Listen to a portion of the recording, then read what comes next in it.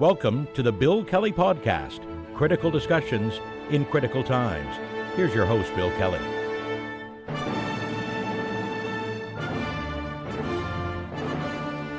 Welcome to another edition of the Bill Kelly Podcast, Critical Discussions in these Critical Times. I'm your host, Bill Kelly.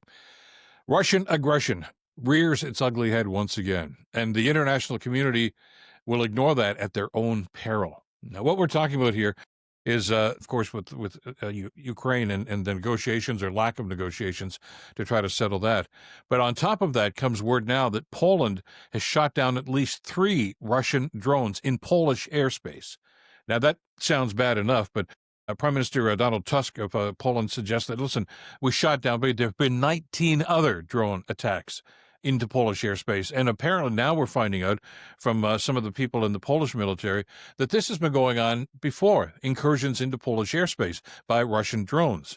And the question that we're going to ask, and the international community should be asking, is what are we going to do about it? Putin and Russian aggression has become something that happens so blatantly right now that it's becoming white noise. We're not necessarily accepting of it, but we just kind of say, oh, well, there he goes again. That's cold comfort to the people in Poland and to the people certainly in Ukraine as to what's happening these days.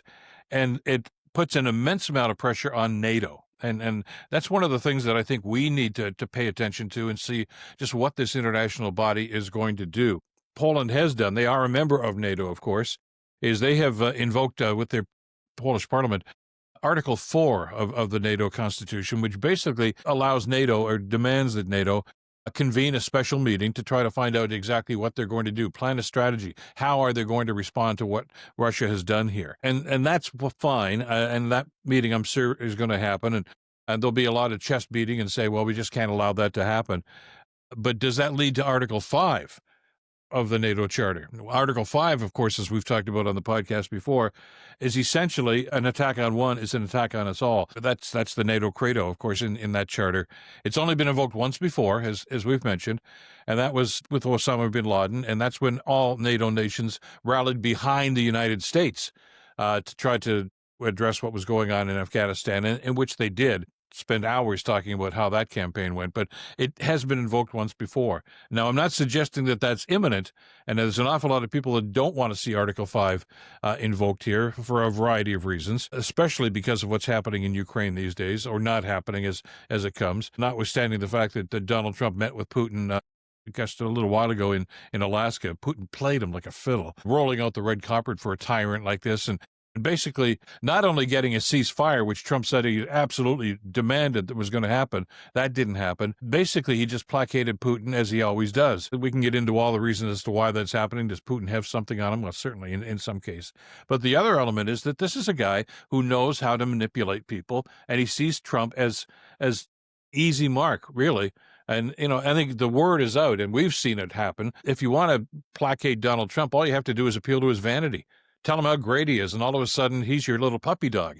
And Putin knows that, and he's played that so many different times.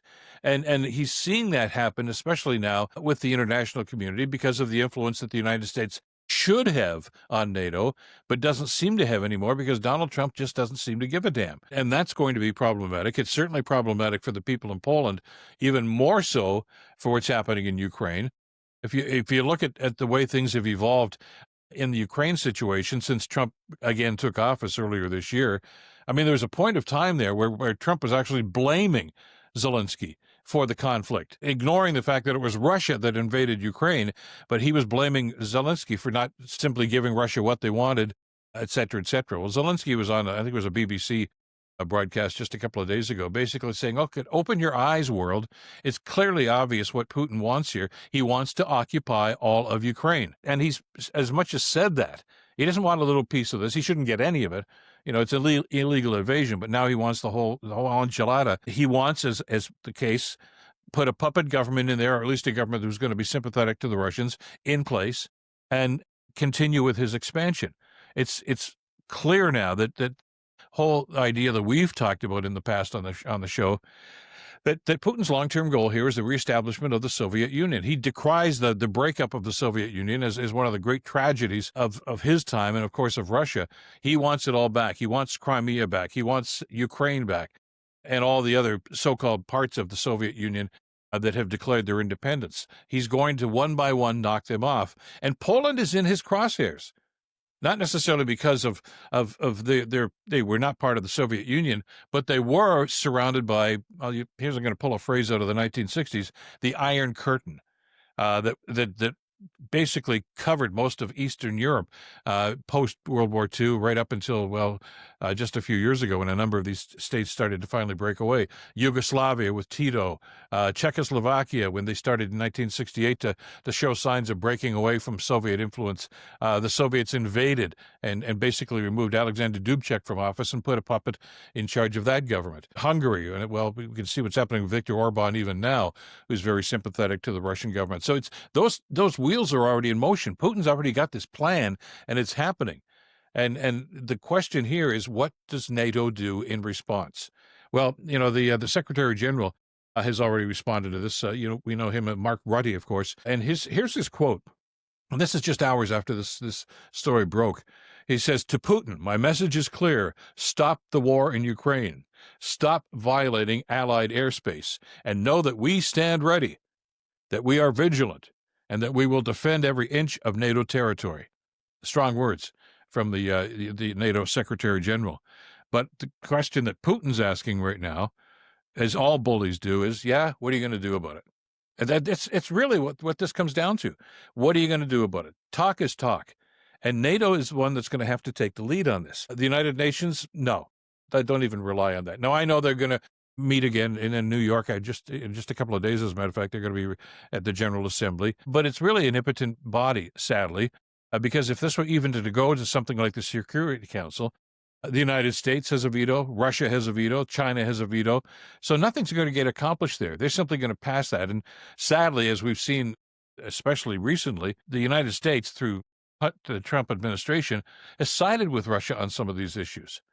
So you're not going to get the strong U.S.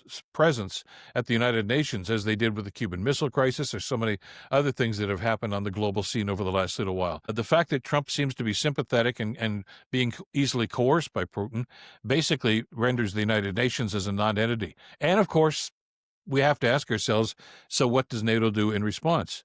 Now, nobody is suggesting that NATO say, okay, fine, an attack on one and attack us all. We're going after Russia. But there's got to be a strong response. And the fact that it hasn't happened in the past simply emboldens Putin to do what he's doing. The fact that there's some discussion going on about peace talks in Ukraine and how much of Ukraine Russia is actually going to hive off, that's a win for Putin, no matter what. As Zelensky says, he wants to take the whole country, and who's going to stop him? Who's going to back away? In the past, the United States would have been the power on the NATO board to simply say, no, that's not going to happen. Trump doesn't have that. And Trump basically seems to be caving in to what's happening. Are other people going to step in here in the international community? Well, Germany's already spoken about this and condemned what's going on. France has, and other countries will too. But to what end? As long as he keeps doing what he's doing, this is going to be a continuation here. Is it a threat to world peace? Well, yeah, it's part of that picture. With the turmoil that's happening in the Middle East, with what's going on with Ukraine, and China's watching all of this with great interest right now because, as we know, they have expansionist plans in the South China Sea area. And as long as they're seeing what's going on in Europe and saying, well, nobody's doing anything about it, I guess we can continue and we can do whatever the hell we want down here. And again, the international community is not going to respond. These are very dangerous times that we're looking at right now. And when you look at the culmination of all of this, I don't know where we're going. But what is happening here, and it's happening right before our eyes, is a reemergence and a strengthening of the nations that we considered to be our enemies for many, many years, and justifiably so. China, of course, has recently reestablished ties with the Indian government, with the North Korean government. They just had a meeting, of course, in China about that. Those are the bad guys. And once they decide they're going to get together and they're going to team up, you have to worry about the democratic countries like Canada and the United States, certainly, and the Western European nations and UK, how that's going to be held and how that's going to be handled and how we're going to respond to it. That's what NATO is supposed to be. That's why it was constituted just after World War II, to be able to stand up for individual nations. And Putin knows that. And he wants to see the dissolution of NATO. And he's looking at Trump right now as an ally to try to attain that goal. This is a test. It's a test to the United States, and sadly, I'm afraid I think I know how Trump is going to respond, but it's also a test to NATO. They have to stand up. They have to not just use words as Secretary General Mattis did, but they have to say there's got to be action. I mean, severe action, not military action necessarily, but economic action. I mean, strong sanctions, not unlike what they did when Putin invaded Crimea some years ago. Those were hurtful and very hurtful to the Russian economy. And he's looking at what's happening right now, and they're not denying that this happened. And of course, as we're finding out now with more information, this has happened on more than one occasion. He's basically testing the world, but more specifically, he's testing NATO. You guys think you're here to defend the Europeans and to defend against Russian aggression? Yeah? Well, I'm pushing. It's like the bully in the schoolyard. He's pushing you in the chest right now and saying, what are you going to do about it? And how the United States responds, but more specifically how NATO responds, is going to go a long way towards determining just how Putin is going to respond and just how his aggression and aggressive nature is going to be. Does he win? Well, that's going to be determined, I think, in the long term. But in the short term, do we stop now? At some point, somebody has to put their hand up and say enough. And is NATO going to do that? We'll be watching. And that's it for this edition of the Bill Kelly Podcast. Watching on YouTube, don't forget to hit that notification bell and subscribe, please. We need your support. We really do appreciate that. Oh, and another note, we found out some people are having some trouble finding us on Blue Sky. We have a new Blue Sky account now. The new account on Blue Sky is at Bill Kelly Podcast. Short and simple, right? Thanks as always to Madeline Kelly for the great work producing this one. Until next time, I'm Bill Kelly. Stay in touch and stay informed. Bill Kelly Podcast brought to you by Wizen's Law, personal injury lawyers. Listen, you didn't choose to get injured, but you can choose the right lawyer. Wizen's Law, 905-522-1102 or wizenslaw.com.